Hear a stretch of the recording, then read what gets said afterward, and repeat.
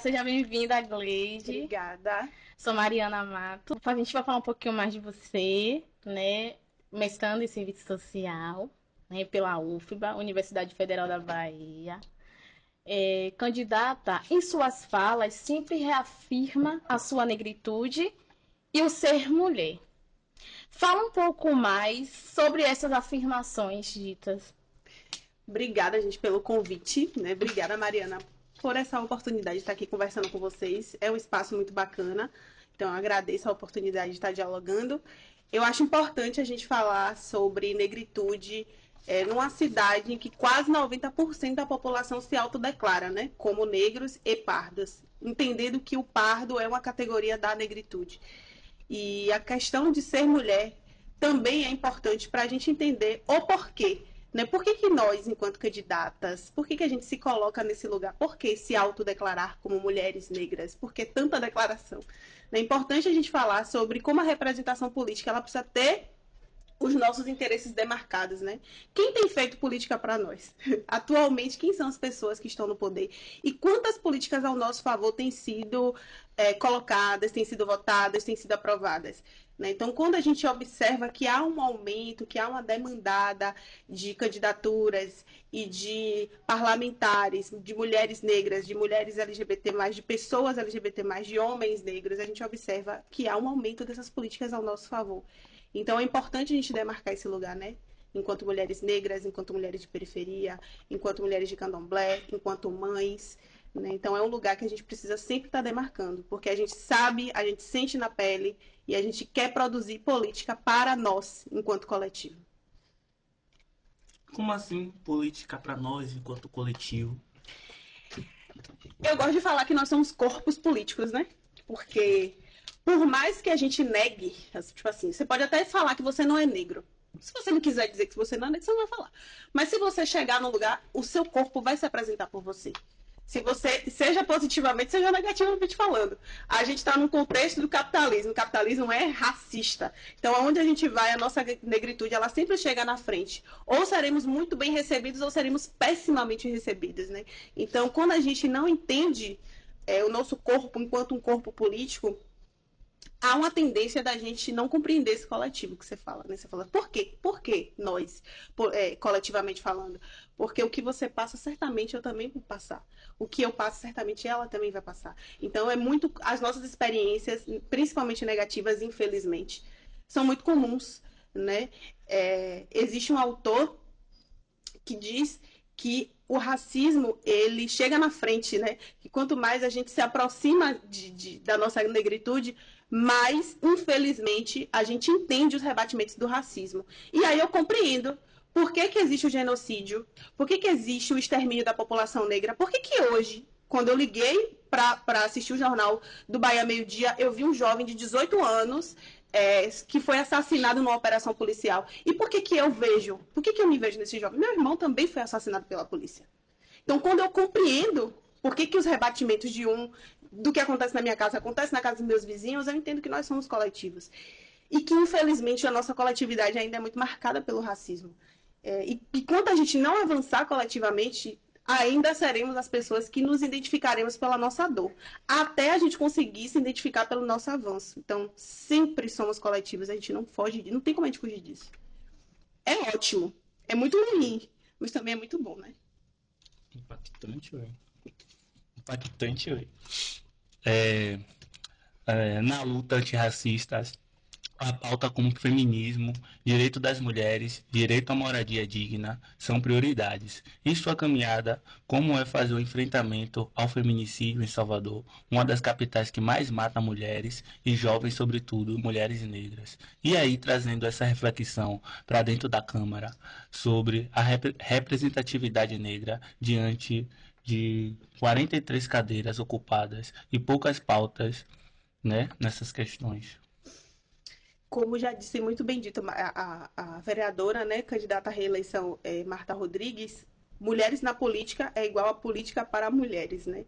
Hoje nós temos, graças a Major Denise, que hoje é coronel, a Major Denise, a Maria da Penha, que é como uma ronda. Então hoje nós temos a Ronda Maria da Penha.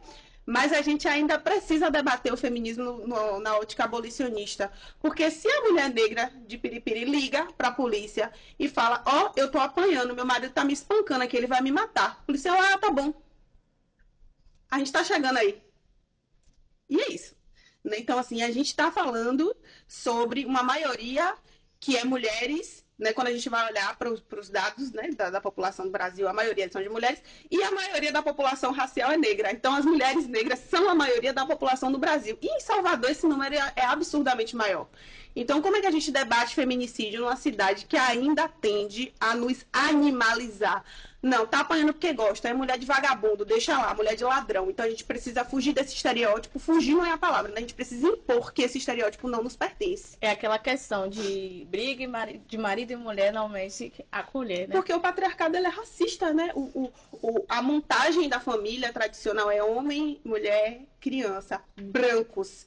É inadmissível que uma mulher e um homem negro sejam uma família e é mais admissível ainda que estejam num contexto de violência, porque somos animais, então a tendência é que a gente se mate. Né? Então a gente precisa realmente entender, né, que há pouquíssimas cadeiras femininas, menor ainda cadeiras de mulheres negras, menos ainda de mulheres negras debatendo feminicídio. Falar sobre esse lugar que você colocou, né? Por que tem tantas poucas cadeiras? Eu acho que a gente ainda tem dificuldade de se enxergar nesse lugar. E óbvio, né? É um lugar que não foi colocado para a gente, que a gente tem que começar a arrombar, na força, na tora. Né? Então, quanto mais a gente debate sobre isso, quanto mais a gente fala sobre isso, mais a gente entende a importância disso, mais isso pode virar política. É absurdo como a segurança pública não enxerga que é para nos proteger. Então, é uma das minhas propostas de campanha. Eu trouxe essa proposta de campanha de 2022 para 2024.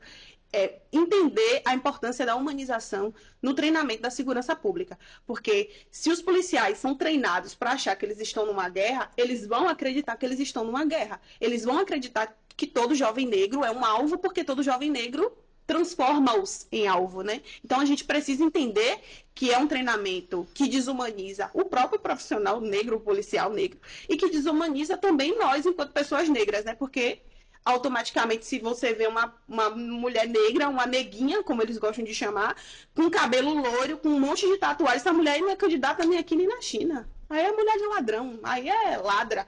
Qualquer lugar que eu vá entrar, eu vou ser entendida dessa forma. Eu estou na Câmara Municipal, mas qualquer lugar que eu acessar, eu serei tratada com muita agressividade, com muita ignorância, porque eu continuo negra. Então, quando a gente entende que a polícia precisa de treinamento humanizado para começar o debate, para começar a conversa, a gente entende que, talvez, em alguns anos, essa visão distorcida de que o jovem negro é um potencial ladrão, é um potencial assassino, vai começar a ser desmontada. Porque, infelizmente, a gente ainda tem muito para caminhar. Mas a gente pode começar, né? O negócio é como é que a gente começa. Alguém tem que fazer alguma coisa, né? Isso, até porque a finalidade de arma serve para Matar. E matar quem? Quem tá morrendo? Sim. E tá parecendo, tipo, tá parecendo não, é cada dia mais comum jovens negros morrer, tipo, vai passar esse jovem que morreu de 18 anos, amanhã outro jovem, A cada 8 minutos no Brasil, né? saca? E hoje, perdão. Vai. E hoje a gente sabe porque está sendo divulgado. Hoje a gente tem a grande maioria tem acesso a redes sociais do qual a gente pode gravar e pode a gente fazer esse movimento, né? Como está tendo lá na Lagoa da Paixão, que é a questão da caminhada, de dizer não, ele não estava tendo esse ataque, tá? Ele foi alvejado e dentre outras coisas. É a questão que, tipo assim, o que a mídia faz pra lucrar é vender o nosso sangue. Pra eles tá massa. Pra eles a polícia tá matando jovens, tá massa porque eles estão lucrando, saca? Exatamente. Quanto mais jovens pretos morrerem, mais lucro a mídia vai ter. Como ontem Olha mesmo aí o ladrão do Pix aí, vivão. Bem. Vivão, milionário. Né? Como eu estava assistindo no jornal ontem, um jornalista mencionou assim: peraí, me espera aí que eu vou botar o meu colete e vou. Porque a polícia tá falando assim, então é a verdade absoluta. É uma fábrica de de ideologias, né? Sim. É da onde começa e para onde vai. E toda vez é para nossa casa, é para nossa vizinhança. Parece que a gente fica a todo momento esperando chegar na gente, né? É uma coisa de você sair e não saber se vai voltar, ou seu filho sair e não saber se vai voltar, ou seu irmão, ou seu pai, ou seu esposo, Sim. enfim. E aí, isso que você falou, da gente ver ladrões profissionais na ativa livremente, o que determina a credibilidade de um para o outro é a cor de pele, né? A gente teve um governador que comemorou uma chacina de 12 jovens assassinados no Tancredo Neves. No Cabula. Comparou. No Beiru. Eles querem até mudar o nome e tudo, de chamar de Tancredo Neves. Mas quem é Tancredo Quem Neves? foi Tancredo Quem Neves? foi? Né? Saca? Tipo, eu sou lá do território, tipo, sempre reafirmo sempre, é Beiru. E eles comemoraram a chacina que teve lá. Comparou com um gol que os policiais fizeram 12 golaços, né? Então imagine, né? Qual é a gestão que a Bahia, que é hoje o estado, um dos estados mais perigosos do Brasil. O Brasil tem a polícia mais perigosa, mais violenta do mundo. Então a gente não está falando de qualquer dado. Né? Como que a gente enfrenta isso? Com quem a gente está votando? Quem são as pessoas que a gente está dizendo que nos representa? Né? Que classe de gente a gente tem colocado no poder? Você sai, você vai nas estações de metrô, você vai nos pontos de ônibus, você vai nas escolas, todo mundo é preto. Você vai na Câmara Municipal, todo mundo é branco. É discrepante. Tem alguma coisa estranha aí. Bora falar de buzu, né, velho? Bora. Salvador tem um dos transportes públicos mais caros do Brasil. Apresenta uma frota de ônibus de péssima qualidade, com horários que acostumam atrasar. Chega atrasado por conta disso aí, O buzu. o buzu. Aos poucos, os ônibus com ar-condicionado vêm apresentando pingueiras e filtrações internas. Enquanto candidata a vereadora, vendo esta situação de irregularidade, quais projetos e ações que o seu mandato vai... Por que os ônibus estão vazando? Porque é tudo sucata de outros estados. Os outros estados trazem sucata de outros países. Enfim, aquela bola de neve de sucata. Salvador é a sucata da sucata, sucata. Olha, eu acredito que é importante essa parceria, né, do município com o estado para levar os ônibus para as estações de metrô. Mas eu, como moro na suburbana, todos os ônibus para mim, todas as frotas de ônibus para mim se tornam inviáveis para vir para o centro. O que era um ônibus hoje é uma rota imensa, né? Então eu acredito que colocar ao menos pelo menos 2 ônibus nos bairros da suburbana, por bairro da suburbana, que a suburbana é gigantesca, né? Tem 17 bairros. Isso já, como é que eu posso dizer, desenxuga esse problema de superlotação, porque o que eu vejo são ônibus lotados, como a gente fala, socado de gente, e que passam alguns de hora em hora. Eu morava no Alto do Cabrito, da estação Pirajá para o Alto do Cabrito são 10 minutos, e às vezes eu levava meia hora, 40 minutos da estação Pirajá esperando um ônibus. Se a gente coloca mais um ônibus, estação Pirajá, Alto do Cabrito, se desenxuga. A gente não está falando de qualquer coisa, a gente está falando de coisas absurdas que não cabem no orçamento do município. Cabem. Hoje o município trabalha com consórcio. Então, hoje o transporte não é público. O transporte é particular. A gente não está pagando para o município. O que a gente paga não é imposto. A gente está pagando para uma empresa administrar os ônibus da cidade. Então, o que esse consórcio de grandes empresários que faturam milhões não podem colocar um ônibus por rota? Um ônibus a mais por rota. Será que isso vai prejudicar a margem de lucro desses grandes empresários? Né? Então, assim, Kleber, que é o nosso candidato a prefeito pelo PSOL, ele debate a questão do transporte gratuito, e que é totalmente possível, né? E para os estudantes, então, isso daí é um projeto que vem de 2003 e que foi desmontado, né, pelo então ACM, né, que trouxe aí a questão da meia passagem para poder, né, fazer com que os estudantes se calassem. E até hoje a gente debate a gratuidade do transporte público para a juventude, porque a gente sabe o quanto é caro hoje permanecer estudando.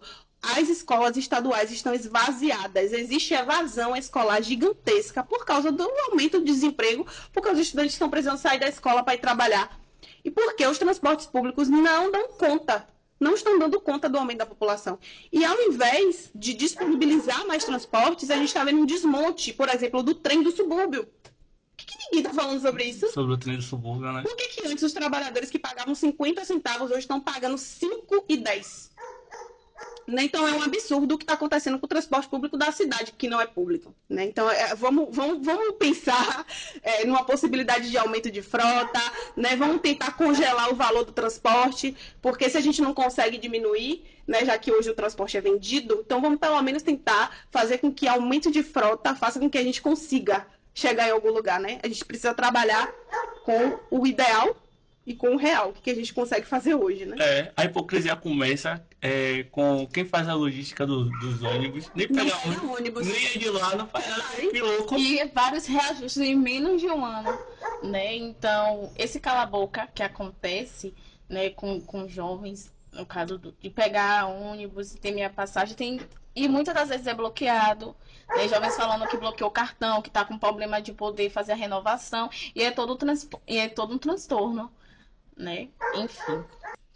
Quais são os projetos de educação e principalmente para a infância, tendo em vista a necessidade de implementação de creches e pré-escolas em tempo integral? Mina, eu tô indignada.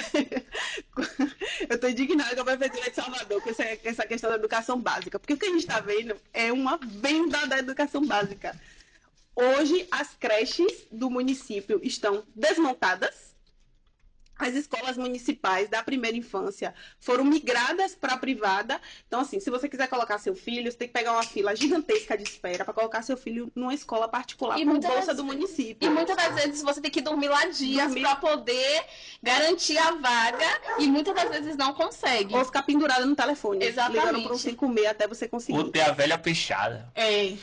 E aí todo mundo que tem a peixada, não é assim. A maioria não tem a peixada, né? Então a gente tá vendo aí que tem um desmonte da educação básica. Como é que eu vou conseguir ser mãe, trabalhar, conseguir ser mãe, estudar, terminar minha faculdade, e se eu não consigo ter uma rede de apoio que o município é obrigado a me dar? Hoje a gente fala de rede de apoio como os familiares, como as amizades próximas, e que é uma rede de apoio, mas o município, o estado, o governo tem a obrigação, é obrigatório, servir como rede de apoio para as mães. Se querem as mães no mercado de trabalho, se as empresas não querem contratar mulheres mães, não querem contratar mulheres grávidas, a gente precisa começar a debater por que essas mulheres não estão conseguindo trabalhar. É falta de acesso. Quais são as mães que eles querem no mercado de trabalho? Né? Pois é, as mães que têm filhos, cuidado por mães que deixam seus filhos. Essas mães que eles querem no mercado de trabalho. Que terceirizam, né, a criação de seus filhos. Então, quais são as mães que alcançam, né? Então, assim, para que a maternidade seja algo visto como um benefício social, mas é visto como um grande empecilho no avanço da vida de uma mulher, o que é um absurdo, né? O que é um absurdo, porque se não tem política pública para a mulher, a maternidade acaba se tornando um fardo. A mãe periférica não tem que só trancar a faculdade, né? Ela tranca a faculdade, tranca o trabalho, tranca a autoestima, tranca tudo. Mas aí ela vai ouvir o quê? Você só pariu para ter benefício. Okay. Como que essa mulher vai sair para trabalhar? Como essa mulher vai estudar? Como, velho? Se ela não consegue. Bora falar um pouco sobre racismo ambiental, né? O racismo ambiental afeta sobretudo as periferias de Salvador, causando transtornos para moradores locais e poluindo territórios sagrados. Você, na condição de futura vereadora, como enxerga esses atos de racismo ambiental e quais são as suas iniciativas possíveis para garantir a melhor cidadania para essa população? Menino, deixa eu contar uma história, não é engraçada não, é fatídica, né? Tragicômica. Como? Eu falei, poxa, eu tô aqui, enfim, uma necessidade, né? Falei, vou fazer uma comida para Oxum. Lá vai eu fazendo a comida para Oxum. Vou arriar lá no Parque São Bartolomeu, que tem a cachoeira de Oxum, né? Vai ficar um fundamento. Lá vai eu com minha comida. Quando eu vou arriar, menino, um fedor. É engraçado, tragicômico, né? Porque Oxum é a deusa das águas doces, das águas limpas. Você vai arriar, a cachoeira de Oxum tá imunda no Parque São Bartolomeu. Porque a falta de saneamento básico da população do São Bartolomeu fez com que a Cachoeira de Oxum se tornasse córrego de esgoto em pleno Parque São Bartolomeu, que é utilizado pela população local para pescar, inclusive. O que a gente está vendo hoje da prefeitura, não só no subúrbio, mas principalmente nos bairros da periferia, que possuem uma área verde muito grande, uma tentativa de venda dessas áreas verdes para os grandes empresários. Inclusive, em 2022, houve um enfrentamento popular contra as investidas, né? Porque o que eles faziam? Ah, se você avançar 1 metro, você vai pagar uma multa de 10 mil. Eles avançavam, pagavam, avançavam, pagavam. O Parque São Bartolomeu estava correndo um risco absurdo. A população começou a fazer ocupação, a população foi para dentro para que isso parasse de acontecer. Aí a prefeitura deu um cala-boquinha, mas hoje a prefeitura quer construir um teleférico e colocar uma pilastra em cima da cachoeira de Oxumaré. Então, o que a gente está vendo hoje é um grande desmonte das áreas de preservação ambiental em plena cidade de Salvador. Né? A gente fala sobre falta de saneamento básico, a gente fala sobre esgoto desaguando nas águas do subúrbio, que é a principal fonte de renda da população do subúrbio, e a gente está vendo os parques de preservação ambiental sendo desmanchados para os grandes empresários. Hoje a gente está vendo o pivete do Calabá, que na verdade não é pivete do Calabá zorra nenhuma, né, vendendo a nossa cidade, né? Então, para ele, a periferia é apenas uma fachada bonitinha para ele dizer que é pivete. Mas os pivetes de verdade É até engraçado, né? não conseguem nem tomar banho de rio, mas em paz. A prefeitura não É até deixa. engraçado, né? Que o pivete do Calabá, né? Solta esses cachorros dentro da favela e agora ele bota paredão e tudo mais, né? Agora ele é o pivete do... Ele é muito descolado, né? Ele Né? é muito, Muito favela. é muito favela. Que viagem, velho. Então, com essas questões de desafios, né, quais são suas indicações e quanto candidata a vereadora sobre efetivação de políticas públicas para a juventude periférica e preta desta cidade?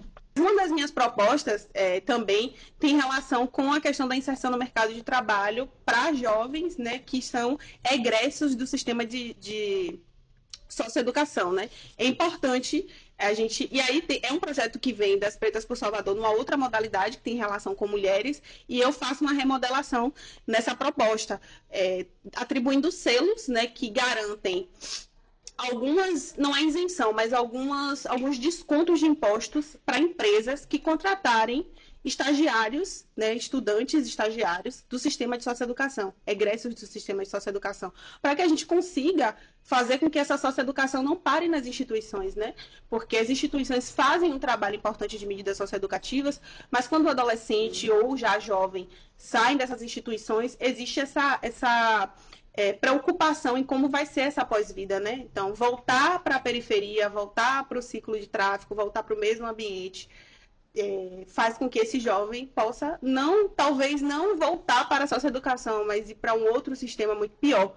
Né? Então, quando a gente compreende essa inserção no mercado de trabalho como uma continuidade dessa socioeducação, a gente está aí realmente fazendo aquele trabalho de reinserção na sociedade, né?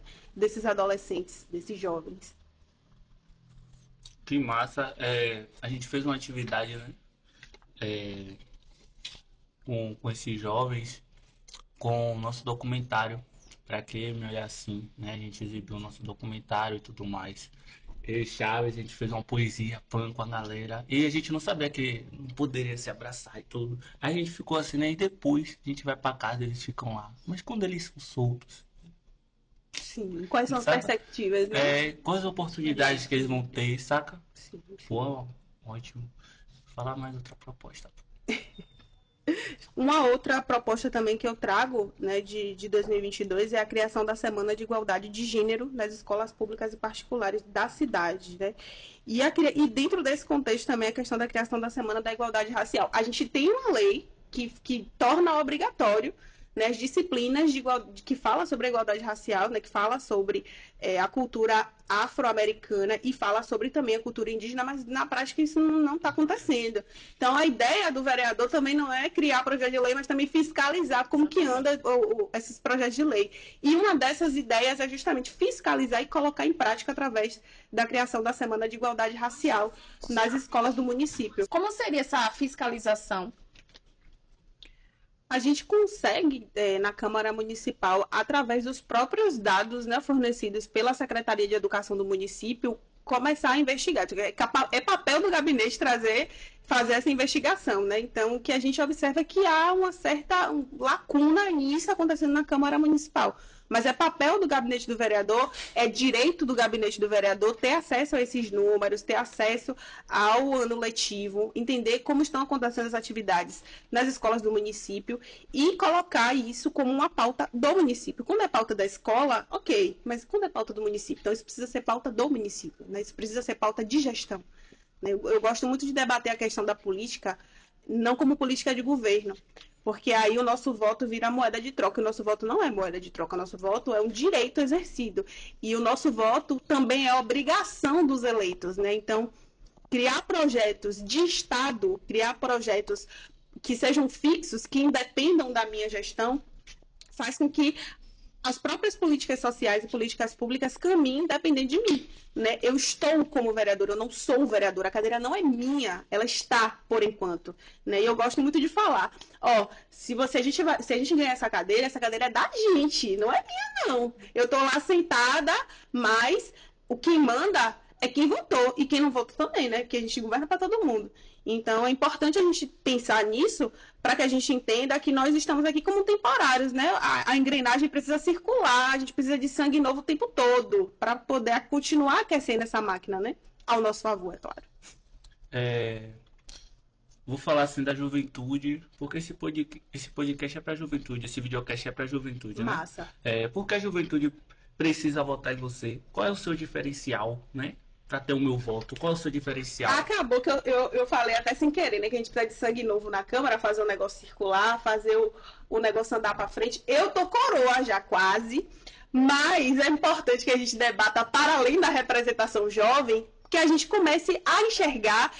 Claro que eu quero o voto da juventude, né? Mas para além do querer, eu acho importante que a juventude esteja ligada aí, né? O que faz um vereador? O que o vereador do meu bairro está prometendo? O que está prometendo realmente ele pode fazer? Né?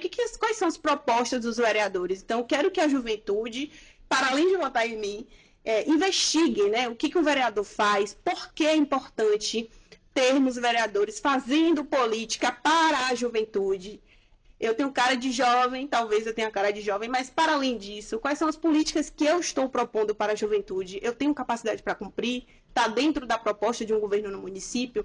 Eu quero que a juventude vote em mim, porque eu tenho propostas reais, palpáveis, que se encaixam no contexto da cidade de Salvador, que estão dentro da nossa realidade, que podem ser colocadas em prática, né? Para além de prometer mundos e fundos, o que a gente quer é comprometimento, o que a gente quer é fazer política, e essa política ela pode acontecer, ela pode existir, ela vai acontecer. É só a gente ocupar essa cadeira que é da gente. Massa. Tomar a força. Tomar força, né, velho? Governar pra gente, verear pra gente, pro nosso povo. Com certeza. É isso.